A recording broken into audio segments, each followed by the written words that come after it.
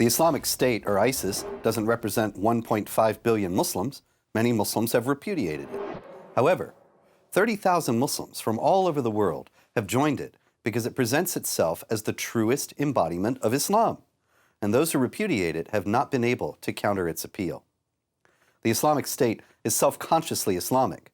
In June 2014, a video circulated of a masked Islamic State commander telling a cheering crowd, "By Allah, we embarked on our jihad only to support the religion of Allah. Allah willing, we will establish a state ruled by the Quran and the Sunnah. All of you honorable Muslims are the soldiers of the Muslim state."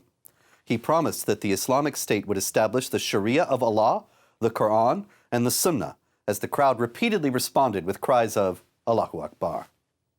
The Islamic State's very public beheadings have horrified the world.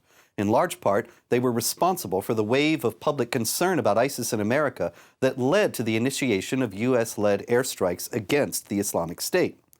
Many have taken them, the beheadings that is, as a sign for all its vaunted media savvy, the Islamic State will ultimately be undone by its own savagery, as the world will ultimately have had enough of this horror and will move to destroy ISIS once and for all.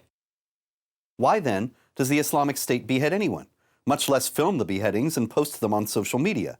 Because, from their standpoint, beheadings are a recruitment tool, one that's rooted in the Quran. The Muslim holy book says very straightforwardly, when you meet the unbelievers, strike the necks. The Islamic State knows that young Muslims who are aware of that verse will not recoil in horror and disgust from their beheading videos, but rather they will realize that the Islamic State is acting in fidelity with the Quran. Thus, the beheadings will bolster the Islamic State's claim to constitute the new caliphate. The beheading videos also strike terror into the hearts of the enemies of Allah, which is another quote from the Quran.